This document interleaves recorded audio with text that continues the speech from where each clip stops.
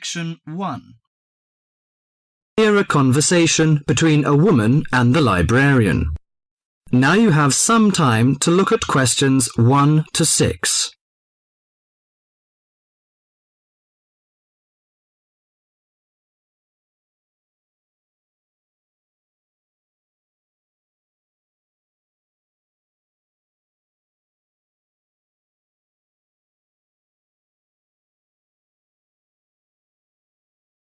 Now listen to the talk and answer the questions 1 to 6. Good morning. Good morning. Can I help you? Yes, I'd like to join the library. We're new to the district, you see. Certainly. Well, all we need is some sort of identification with your name and address on it. Oh dear. We just moved, you see, and everything has my old address. A driving license, perhaps? No, I don't drive. Your husband's would do. Yes, but his license will still have the old address on it. Perhaps you have a letter addressed to you at your new house. No, I'm afraid not. We've only been there a few days, you see, and no one's written to us yet. What about your bank book? That's just the same. Oh dear, and I did want to get some books out this weekend. We're going on holiday to relax after the move, you see, and I wanted to take something with me to read. Well, I'm sorry, but we can't possibly issue tickets without some form of identification. What about your passport? What? Oh, yes, how silly of me. I've just got a new one, and it does have our new address. I've just been to book our air ticket, so I have it on me. Well, that's all right. Your ticket will be ready soon. Okay, how many books am I allowed to take out? You can take 4 books out at a time, and you can also get 2 tickets to take out 3 magazines or periodicals. Newspapers, I'm afraid, can't be taken out. Oh, that's fine. Do you have a record library?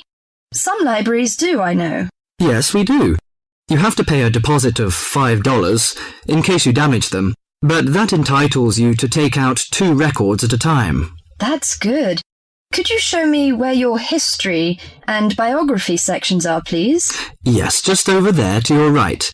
If there's any particular book you want, you can look it up in the catalogue, which you'll find just around the corner. You can also find a touchscreen information service on level 2.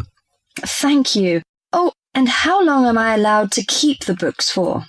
Well, the normal loan period is 3 weeks, with 2 weeks extension. Oh dear. We're going away for 4 weeks. Can I renew them now? I'm afraid not. You must do that at the end of 3 weeks. I see. Thank you very much. Before the talk continues, you have some time to look at questions 7 to 10.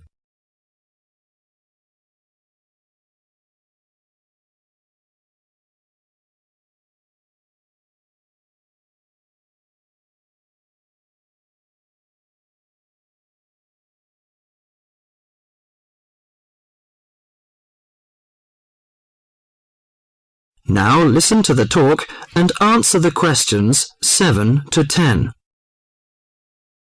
Well, let's go into some details. Your name, please, madam? My name is Barbara. The surname is Cooper. It's spelt as Cooper. Fine. And what's your contact number? If we have new books coming, we can contact you in time. Good. You can call me on 723-6518, but it's better after 5 p.m. You know I have to work during the daytime. Do you need the office number? I don't think so. It's enough. Could you tell me the address? I lived in King Road, but of course you need my new address. It's 25 St. Mary Road, Hanwell. That's Hanwell. Is that right? Yes. Do you need the passport number? I just brought it with me. Here you are. Yes, thank you. The number of your passport is G5798-0942. OK, and your ticket is ready. The number is M930123. Thank you. Could I take a look around and check out some books? Of course, as you like. That is the end of section 1. Now, you have half a minute to check your answerers.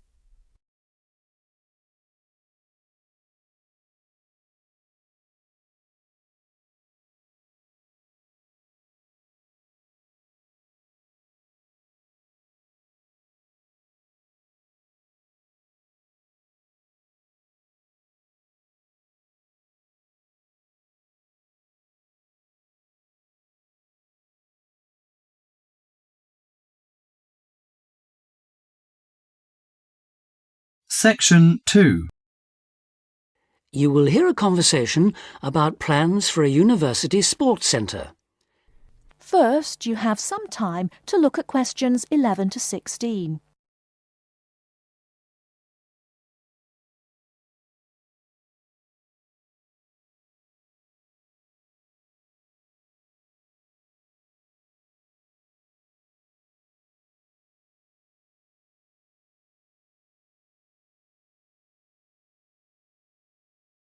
Now, listen carefully and answer questions 11 to 16. Before we go on to look at specific sports, let's think for a moment about the non-sports facilities we really need here. Things like better changing rooms and showers. Yes. If this really is going to be a state-of-the-art building, it'll need to have high-tech amenities, but also places for people to chill out after all the exercise they've been doing. Somewhere they can meet up for a drink or whatever afterwards is essential in a place like this. But what else? How about a sauna? Those who use them say it's the perfect way to relax after you've trained. The trouble is, though, that there's a debate going on about how safe they are. Some say it's risky to be exposed to all that heat before or after strenuous exercise, which of course is exactly when people in sports centres want to use them. There have also been problems with people overusing them to sweat off weight. So, to avoid any possible dangers, I don't think I'd include them on my list. Talking of dangers, I wonder whether we ought to have some sort of facility where minor injuries like cuts and bruises and sprains can be treated. Maybe. It would seem to make sense with all the mishaps that are bound to occur when you have so many people running and jumping about and so on. Ah, hold on though. Isn't the new medical centre going to be built right opposite? Yes, it is. It should be finished by the end of next year. Then there's no point, is there? Anyone who gets hurt can go over there, where there'll be much better treatment than anything we could offer on site. Yes, I can see that. What we should provide, though, is a facility with full-time physiotherapists for everybody on the campus, that is. As well as treating people, they could work on prevention of things like muscle tears and strains. Right. And something else the new place ought to have, also as a way of preventing injuries, is somewhere to test just how fit people are before they start lifting weights or running long distances and so on. Yes, I was going to suggest that. When I was at the Newport Centre, they put me on a static bike to check out my cardiovascular system. Then they worked out how much body fat I had. All of it valuable information telling you exactly what shape you're in. Another thing I've heard some universities do, especially some of the newer ones, is provide rooms and equipment for lectures to take place actually inside their sports centres. How do you feel about that? Well, as it happens, I've got first-hand experience of that too. We used to have some of our sports science lectures right next to the main sports hall, and I think it made what we were hearing about seem much more relevant to the real world. So, in that respect, I definitely think it's a good idea, yes. I can see that, though my own feeling is that we need to have more concrete reasons. The problem is that we won't have unlimited space, and somehow I don't think providing more lecture halls is going to be one of our priorities. So, I'd be against that one, I'm afraid. Anything else? Well, just that I agree about the need to have a place where people can go for a chat and maybe have a coffee or a bite to eat together. That was something I always thought was one of the strong points of the centre in London. It was a great place to find out about new activities from the people who actually did them.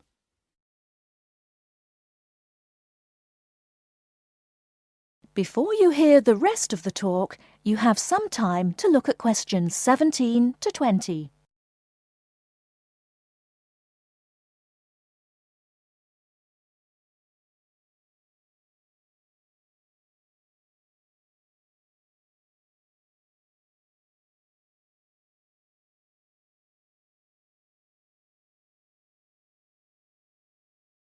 Now listen and answer questions 17 to 20. So what about the main sports facilities themselves? What do we need? Well, we don't need a rugby pitch because there's already one on the campus. The same's true of table tennis, really. Most of the halls of residence for students have their own tables, so there's no point in using precious space here for any more. Agreed. Something none of them have, though, is any sort of pool.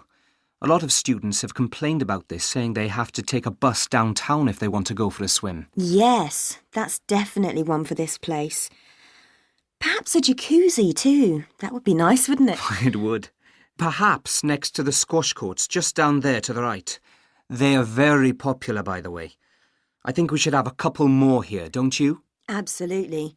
And another sport that's been growing in popularity is volleyball, especially since we did so well at the last Olympics. Don't you mean basketball? Yes, I do, sorry.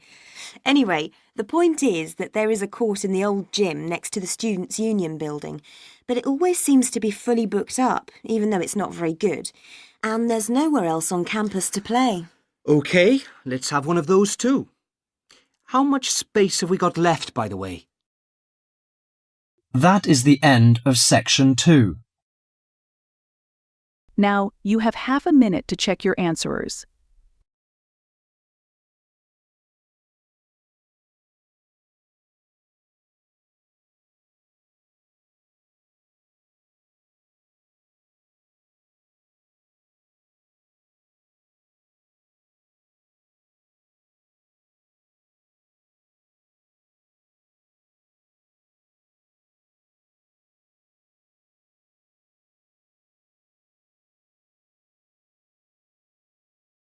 Now turn to Section 3.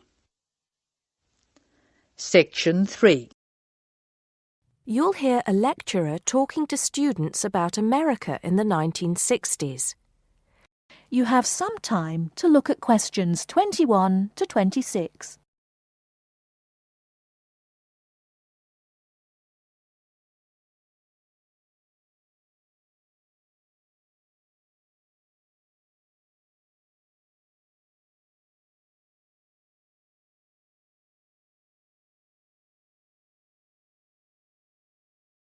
Now listen carefully and answer questions 21 to 26. We begin our examination of America in the 1960s with the usual caution. There is no sense in trying to understand any decade without looking at what came before. Those of you who still have outstanding coursework on the 1950s would do well to complete it now, if for no other reason than it will help make sense of the next series of lectures. But we must press on, and I'd like to begin my talk about the 60s with a reference to one of those things that came before, the post-war baby boom. With the end of the Second World War in 1945, there began in the USA an era of perceived prosperity and security. In short, people started to feel that the world was a much better and safer place to bring up children. So, at the start of the 60s, all those children born in the baby boom, 70 million in the US alone, were teenagers. As the 60s progressed, and as this large number of people approached adulthood, there was a noticeable shift in the balance of power, and young people began to have a voice in ways that were not considered possible in the more conservative atmosphere of the preceding decade. Things were moving forward at a rapid pace. The literature of the time brought out all the taboos. Everything was covered, such as race in, for example, the book To Kill a Mockingbird.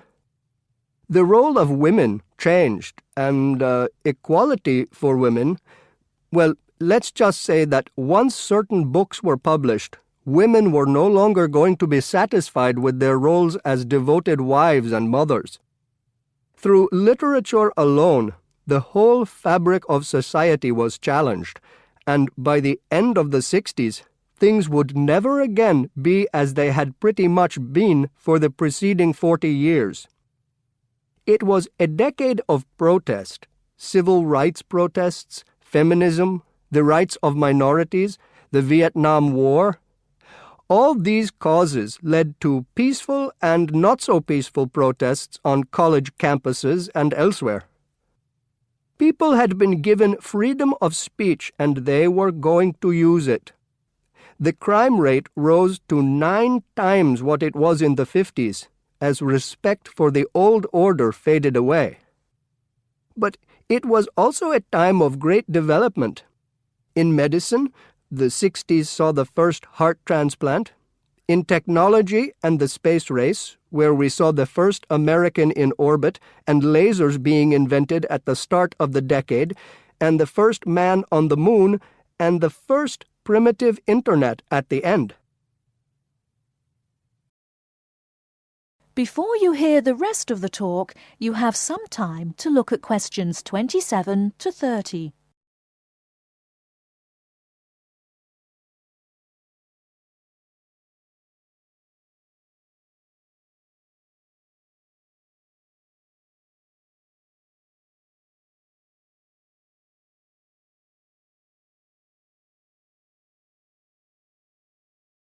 Now listen and answer questions 27 to 30.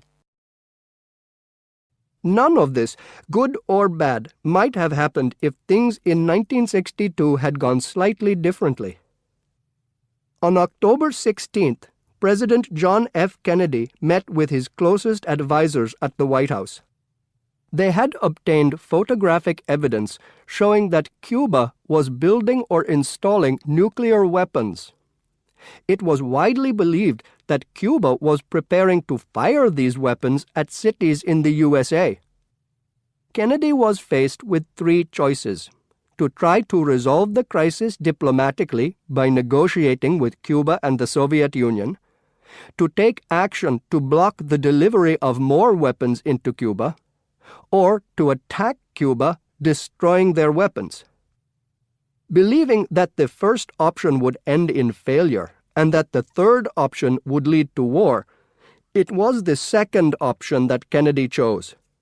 In doing so, he succeeded in preventing the buildup of more missiles. The Soviet Union then withdrew the weapons from Cuba. Most historians agree that if Kennedy had acted differently, the episode would have led to a full-scale nuclear war between the United States and the Soviet Union. Millions would have died, and the world would have been changed beyond recognition. That is the end of section 3.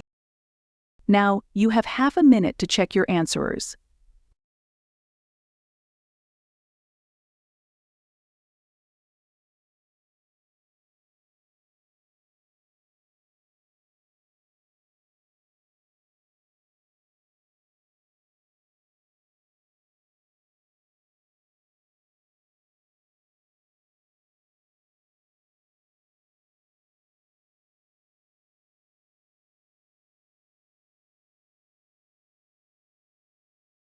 Now turn to section 4.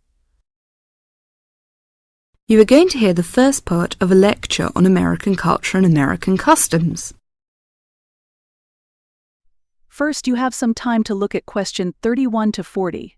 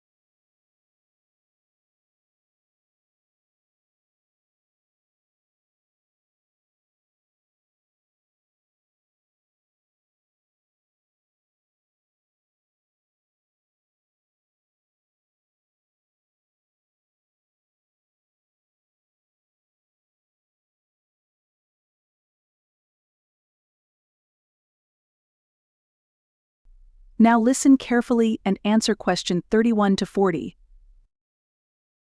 Well, last week we talked about American education, and today I'm going to discuss American values, characteristics, personal habits and courtesies. Keep in mind as you are listening to this lecture that your goal is to understand, not to emulate or judge. Just briefly, I'd like to mention that there is a remarkable ethnic diversity in the United States. The population of the USA is about 260 million. 73% of the American population is white, 12% is African American, 8% Hispanic, 3% Asian or Pacific Islanders, and less than 1% American Indian or Eskimo. Many Americans resent generalizations being made about them because Americans see themselves as very unique and individualistic. On the other hand, Americans tend to lump foreigners together into one lot and condescendingly view foreigners as people who are not as intelligent or sensible as Americans. Despite Americans' dislike of generalizations and their ethnocentric point of view, it becomes evident that they are indeed American. Americans value individualism, independence, informality, directness, punctuality, achievement, and competition. Individualism is probably the most highly esteemed value in the American culture and an important key to understanding American behavior. In the historical development of the country, individuality was crucial for survival. If you asked Americans to characterize the ideal person, they would probably use adjectives such as autonomous, independent, and self-reliant. Persons tend to be viewed as individuals rather than as representatives of a family or a group. Here are some examples of how this value affects behaviors. 1. If a group of friends go to a restaurant, everyone wants to pay their own way. In other words, they want to have separate checks and not be someone's guest. 2. In friendships, which seem to initially develop more quickly in the US than in other cultures, the Americans may feel uncomfortable if you give them more help than they need. This is a tendency to draw back and see dependency as weakness. In some ways, the stress on the individual rather than the family or group has led to a more informal society. Sometimes this lack of formality is viewed by members of other cultures as a sign of lack of respect. But that is not the intention in the American value system. This informality is even more predominant on the university campus than in other segments of society. Some ways in which you might see this value expressed in behaviors are: 1. You will generally be on a first-name basis with other students, in spite of any age differences. 2. Dress is very informal on campus. 3. Language is informal and sometimes confusing. Phrases like "see you later" and "drop by any time" are not meant literally. They are informal ways of saying goodbye. Americans are direct. Honesty and frankness are more important to Americans than saving face. They may bring up impolite conversation topics which you may find embarrassing, too controversial or even offensive.